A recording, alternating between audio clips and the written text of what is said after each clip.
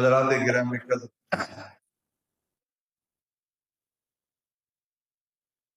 بدعت اور اس کے نقصانات، ہماری گفتگو پچھلے خطبات سے اسی پر چل رہی ہے۔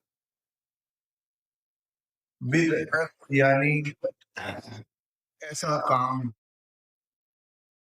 ایسا عقیدہ، ایسی سوچ اور ایسا نظریہ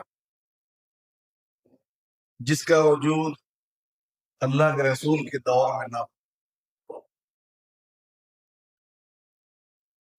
ایک چیز کا تعلق انسان کے نظریے اور عقیدے سے ہوتا ہے کہ وہ اللہ رسول اس کے دین کے بارے میں ایک سوچ بنا لیتا ہے کہ میرا یہ نظریہ ہے، میں اس بارے میں یہ مانتا ہوں، اس بارے میں میرا یہ خیال ہے۔ اور ایک آدمی کچھ دین اور ثواب کے نام پہ کچھ کام کرتا ہے کہ یہ کروں مجھے ثواب ملے گا، یہ کام اچھا ہے، اس کے کرنے میں مجھے ثواب ہے۔ یہ دونوں چیزیں اگر ان کا وجود اللہ کے رسول کے دور میں دین، وہ دور کہ جس دور کو خود اللہ کے رسول نے خیر قرون قرنی، سب سے اچھا دور، وہ دور جس میں محمد مصطفیٰ سب سے بہترین دور،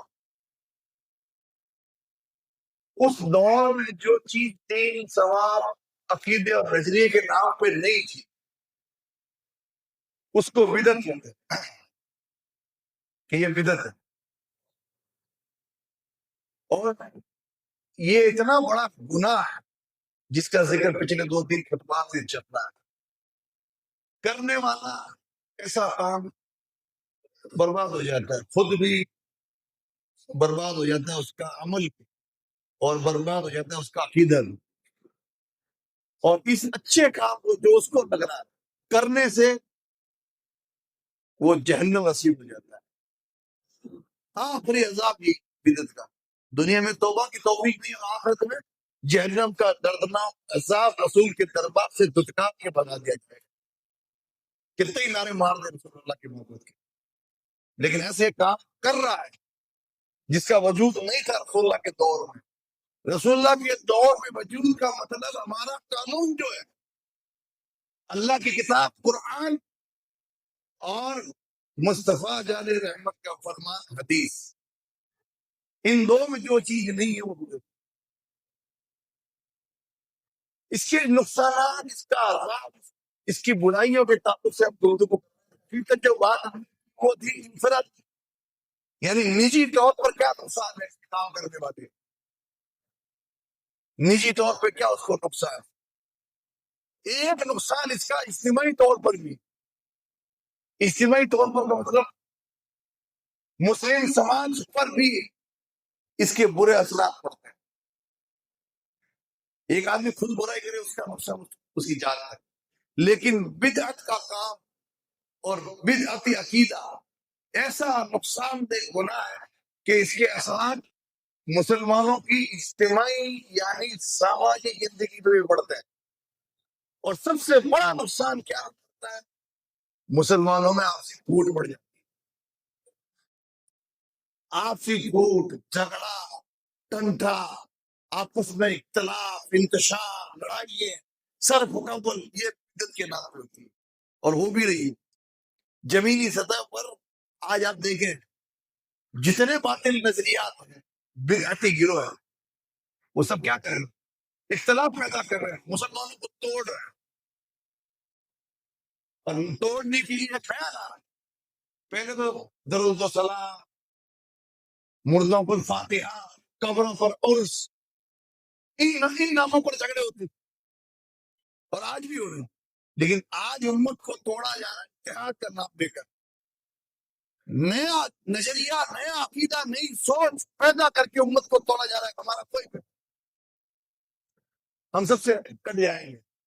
اس نام پر ہر جماعت سے کچھ لڑکی اٹھا لی ہے، 2-2 4-4 ہر علاقے سے 2 کے نوجوان جن کو کچھ نہیں آتا، ان کو لے کے ان کی جماعتوں سے، ان کے اماموں سے، ان کے علماء سے بڑھا دیا۔ یہ بدعت کا نقصان، اجتماعی نقصان۔ امت کے اندر توڑ پیدا ہوتی ہے جب امت اپنے اصل سے ہٹتی ہے،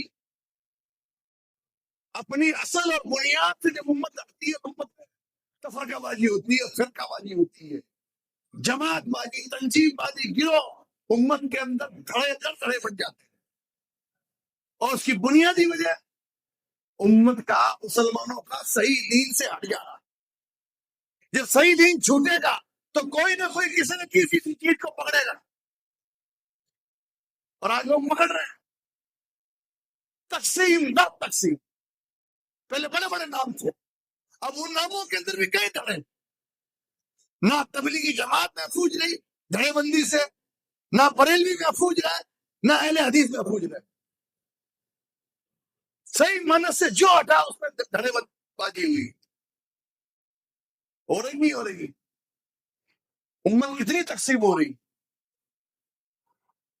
اور یہ جو تقسیم ہے اس کے نقصان نظر نہیں آتے۔ بخاری کے صحیح حدیث اللہ کے نبی فرماتے ہیں لا اختلفوا فإن من كان قبلكم اختلفوا فهلكوا۔ لوگوں آپس میں اختلاف مت کرو، اختلاف انتشار مت کرو آپس میں۔ اللہ کے رسول کہہ رہے ہیں اختلاف نہیں کرنے کا مطلب کیا؟ جو صحیح دین تم تک پہنچ جائے اس پر عمل کر لو، کسی طرح اختلاف نہیں۔ صحیح دین، صحیح علماء سے جڑ کے رہو، صحیح گرو سے، آپس میں اختلاف مت کرو، کیونکہ تم سے پہلے جو لوگ تھے اس زمین پر انہوں نے آپس میں اختلاف کیا، نتیجہ کیا ہوا؟ وہ ہلاک ہو گئے، بربادی ان کے اندر آ گئی اختلاف کرنے کی بنا پر۔ یعنی میرا ایمان ہے کہ زمین و آسمان کا نظام تبدیل ہو سکتا ہے، فطرت بدل سکتی ہے، لیکن محمد مصطفیٰ صلی اللہ علیہ وسلم کی زبان سے جو بات نکلی وہ تبدیل نہیں ہو سکتی۔ بالکل اس میں ایک نقطہ برابر تبدیلی نہیں ہو سکتی جو اللہ کے رسول نے کہہ دیا۔ کیوں؟ اللہ کے رسول جو کہتے تھے وہ اللہ کی طرف سے ہوتا تھا، جو کچھ اللہ کے رسول سے ملا ہمیں صحیح سند سے وہ سب اللہ کی طرف سے۔ اختلاف نہ کرو، تم سے پہلے جن لوگوں نے اختلاف کیا تھا وہ برباد ہو گئے، ہلاک ہو گئے۔ اور آج امت کتنی ہلاک ہو چکی ہے، کون سا شعبہ، کون سی جگہ، کون سی جماعت، کون سا مسلمانوں کا گروہ، کون سا علاقہ بربادی سے محفوظ ہے؟ بتائیے آپ۔ اور یہ ایام، جن ایام میں ہم سانسیں لے رہے ہیں، ایسی بربادی تو شاید ہی کسی نے دیکھی ہوگی، ایسی نفرت شاید ہی کسی نے دیکھی ہوگی، اتنا تعصب، اتنی بے انصافی، اتنا ظلم، اتنی تفریق شاید ہی اس سرزمین پر اس سے پہلے کبھی ہوئی ہوگی۔ ہزار سال تک ہمارے آبا و اجداد نے اس ملک پر حکمرانی کی ہے، کوئی ایک مثال نفرت کی لا کے نہیں دکھا سکتا۔ جتنا کچھ پیش کیا جاتا سارا جھوٹ کا پرندہ، کیونکہ مسلمانوں کو اللہ نے پاور ہی نہیں دیا کہ تمہیں دنیا میں اقتدار ملے اور تم انسان پر ظلم کرو، یہ مسلمان کی شان۔ لیکن چند سال بھی دیکھ لا کتنی بڑی بڑی تبدیلی ہماری آنکھیں دیکھ رہی، نہ جان محفوظ ہے، نہ مال، نہ عزت محفوظ ہے، نہ ایمان، نہ مساجد محفوظ ہے، نہ مدارس۔ کون سی چیز مسلمانوں کی آج محفوظ ہے بتائیے آپ؟ گدھ کی طرح نظریں گاڑ کے بیٹھے مسلمانوں کے املاک پر، موقع کی تلاش سے آتی کہ ایک موقع ملے اور مسلمانوں کی ملکیت پر حرام خوری کر کے قبضہ کرتے، موقع کی تلاش۔ یہ اور یہ ایک جگہ کا نہیں، ہر صوبہ ایک دوسرے کو کاپی کر رہا ہے۔ پہلے کیا ہوتا تھا کسی صوبے میں، پھر اللہ نے کسی کو وقتی طور پہ کچھ پاور دیا، اس نے اپنا رنگ دکھانا شروع کر دیا۔ ہے کیا یہ چیز؟ یہ دنوں کا الٹ پھیر ہے۔ آج اللہ نے وقتی طور پہ بازی ان کو دی ہے، یہ اس کے نشے میں چور ہو کے انسانوں کے بہترین گروہ پر ظلم و تشدد کر رہے ہیں۔ کل بازی پلٹے گا. اللہ کی ذات سے پوری خلوص اور کبھی امید ہے کہ اللہ چند ایام میں بازی پلٹے گا انشاءاللہ. لیکن مسلمان تاریخ رقم کرتے ہیں. مسلمان ہر حال میں جینا سیکھے ہوئے مسلمانوں کو اللہ کے رسول نے ان کو جینا سکھایا ہے کہ تمہارے سامنے کیسے حالات ہو، کوئی بھی حالات تمہاری زندگی میں آئے، انچ برابر تمہارے قدموں کو اکھڑنے نہ دے. حالات کا اثر تمہارے ایمان پہ نہ پڑے. تمہارا تعلق اللہ سے، اس کے رسول سے، اس کے دین سے جیسا اللہ چاہتا ہے وہ تعلق ہمیشہ مضبوط رہے. کسی بھی حال میں تم اپنے تعلق کو کمزور نہ کرو اللہ تعالیٰ سے، اس کے دین سے. حالات تو بدلتے رہتے ہیں. تلک الایام نداولها بین الناس، یہ دن ہے جو اللہ پھیرتا رہتا ہے انسانوں کے اندر. وہ مالک الملک ہے جس کو چاہے وقتی طور پہ آزمائش کے طور پر دے دے. ہمیں حکم یہ ہے کہ کافروں کی چلت پھرت تمہیں دنیا میں دھوکے میں نہ ڈال دے. یہ وقتی چیز ہے جس کا یہ فائدہ اٹھا رہا ہے. کل اللہ بازی پلٹے گا جس کا نتیجہ پوری انسانیت دیکھے گی. ان ایام کہ جب حالات ایسے ہو، ان حالات میں مسلمان ہر مسلمان اپنا جائزہ، ہر مسلمان کہ جس چیز سے میرے نبی نے مجھے روکا کیا میں اس سے روک رہا ہوں؟ میرے سامنے کون کون سی چیزیں ہیں جو مجھے اللہ سے، اس کے رسول سے، اس کے صحیح دین سے روک رہی ہے؟ ان چیزوں کو میری زندگی سے اکھاڑ کے مجھے پھینکنا ہے. میری یاد سے اللہ کے دین کا بیڑا غرق نہ ہو، میری یاد سے مسلمانوں میں فساد نہ ہو. ان حالات میں یہ کرنے کے کام صحیح دین پر عمل کرنے سے اختلاف ختم ہوتا ہے. اختلاف یہ نہیں ہے کہ آپ کسی کے سامنے اللہ رسول کی بات کو پیش کریں، صحیح منہج اور صحیح نظریہ اور صحیح عقیدہ لوگوں کے سامنے پیش کریں. اختلاف یہ ہے کہ صحیح دین کی موجودگی میں باطل طریقوں پر عمل کیا، صحیح نظریے کی موجودگی میں غلط نظریہ اور عقیدہ دل و دماغ میں پالا جائے، صحیح عمل کی موجودگی میں برے کام کیے جائیں. اختلاف یہ ہے کہ آنے کے بعد حق کو تسلیم نہ کیا. اور حق کیا ہے؟ کون سی چیز ہے کہ جسے اختلاف نہیں کرتا؟ اللہ کے رسول نے، اللہ تعالیٰ نے قرآن کے اندر فرمایا وَأَنَّ هَذَا الصِّرَاطَ مُسْتَقِيمًا فَاتَّبِعُوهُ وَلَا تَتَّبِعُوا السُّبُلَ فَتَفَرَّقَ بِكُمْ عَنْ سَبِيلِهِ. لوگوں، یہ راستہ، میرا راستہ جو یہ سیدھا راستہ، یہ قرآن کی آیت. قرآن میں اگر یہ بات آئے کہ میرا راستہ سیدھا راستہ ہے تو اس سے مراد کون سا راستہ ہو؟ یہ میرا راستہ کہنے والا کون؟ اللہ تعالیٰ. اللہ تعالیٰ نے فرمایا میرا جو راستہ ہے وہ سیدھا راستہ ہے، فَاتَّبِعُوهُ، اسی کی پیروی، اللہ کے راستے کی ہی پیروی کرو. پتہ چلا اسلام ہی حق ہے. اس کے سوا دنیا میں جتنے مذاہب چل رہے ہیں سب باتیں. ایک مذہب اور ایک نظریے میں بھی خیر نہیں، ساروں کے شر ہے، صرف اسلام میں خیر. اور اسی طریقے سے اللہ نے جو راستہ بتا دیا وہی راستہ حق ہے. اس کے سوا اسلام میں اللہ تک پہنچنے کے لیے جتنے راستے بنا دیے گئے وہ سارے باطل. اللہ تک پہنچنے والے راستوں سے مراد کیا ہے؟ اسلامی فرقے سب باتیں. سوائے ایک جس کو اللہ نے کہا میرا راستہ. اور وہ کون سا؟ حضرت عبداللہ بن مسعود کہتے ہیں ہم بیٹھے تھے ریت میں زمین پر, اللہ کے رسول نے زمین پر ایک لائن بنائی, ایک خط کھینچا,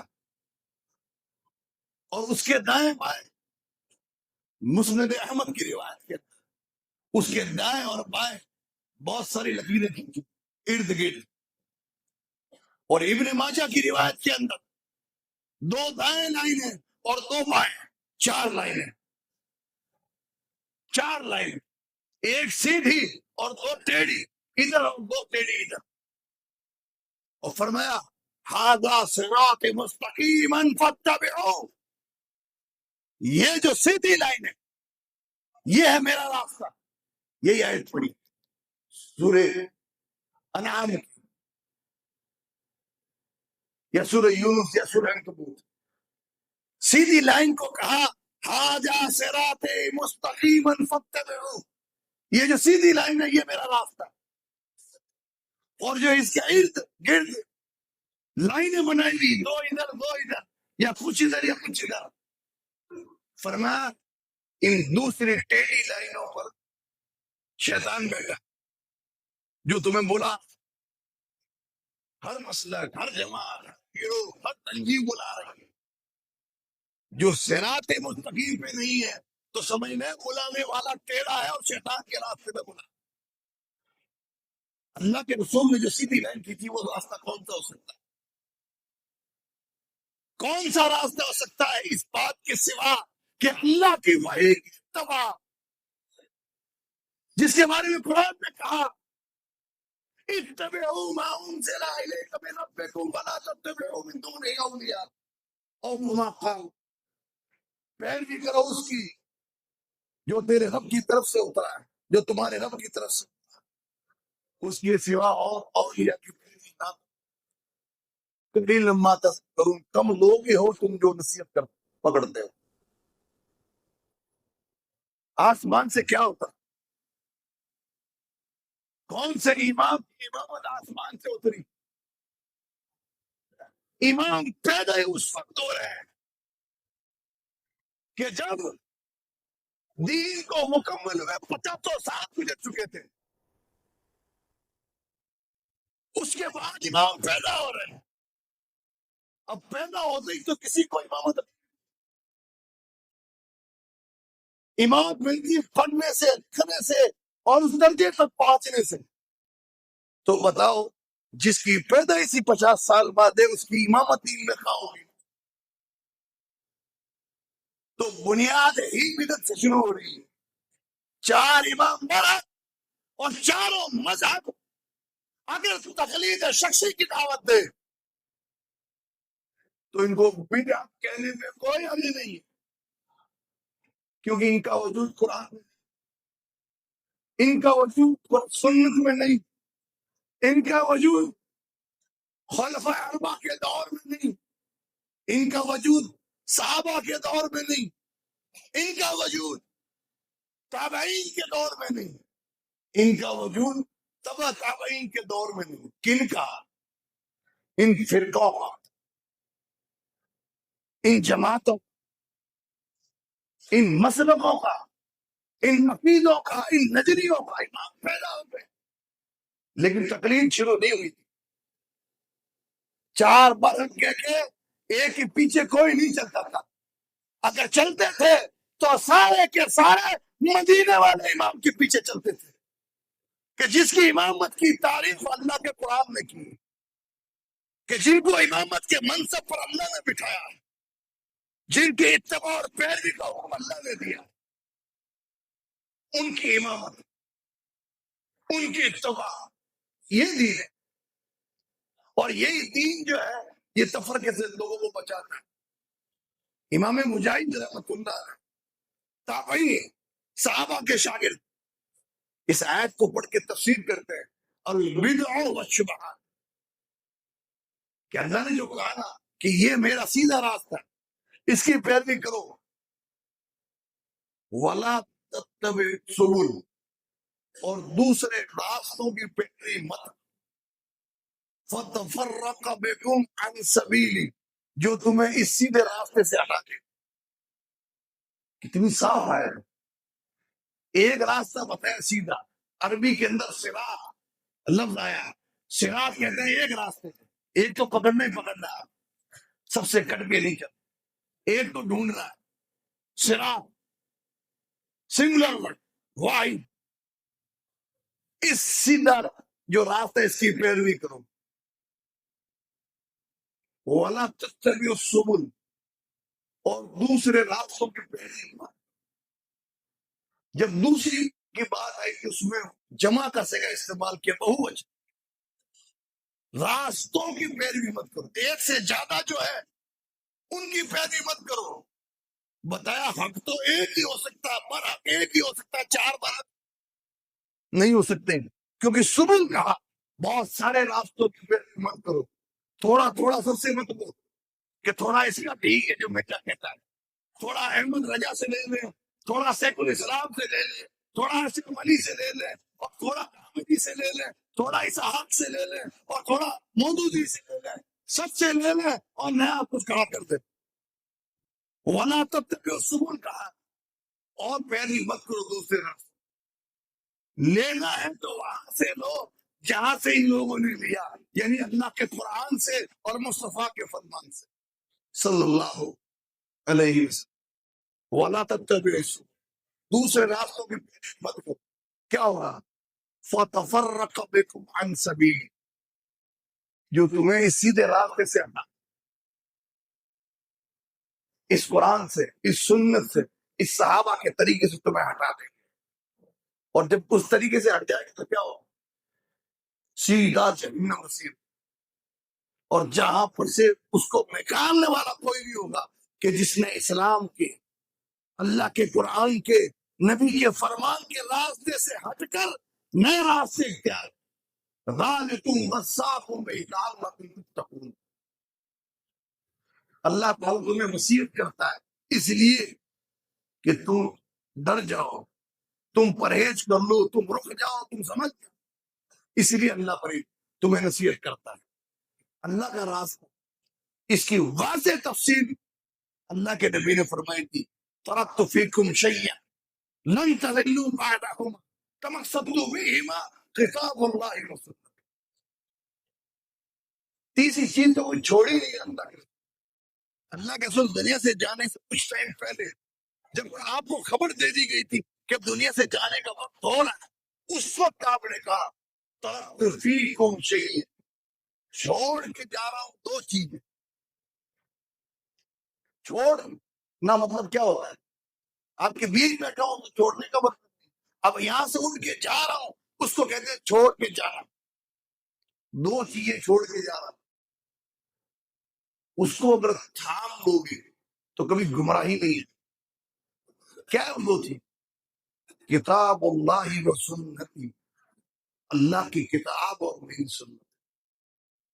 کتنے لوگ تھامتے ہیں آج یہی تک کہ نبی نے دو چیز چھوڑی، دو چیزوں پر کتنے لوگ اللہ کے قرآن کے مطابق ہے، رسول کی سنت کے مطابق ہے، کتنے اپنے سماج کے مطابق، کتنے اپنے رسم و رواج کے مطابق، کتنے اپنی قوم کے مطابق، کتنے اپنے امام کے مطابق، کتنے اپنے پیر کے مطابق، کتنے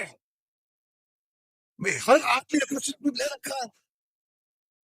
کوئی کام پڑتا ہے آدمی کس کے مطابق کرتا ہے؟ قوم کا رواج۔ کوئی کام پڑتا ہے امام کا طریقہ، کوئی کام پڑتا ہے مفتی کا فتویٰ، کوئی کام پڑتا ہے پیر کی بیان۔ کتنی چیزیں لوگوں نے ڈال دی اسلام میں۔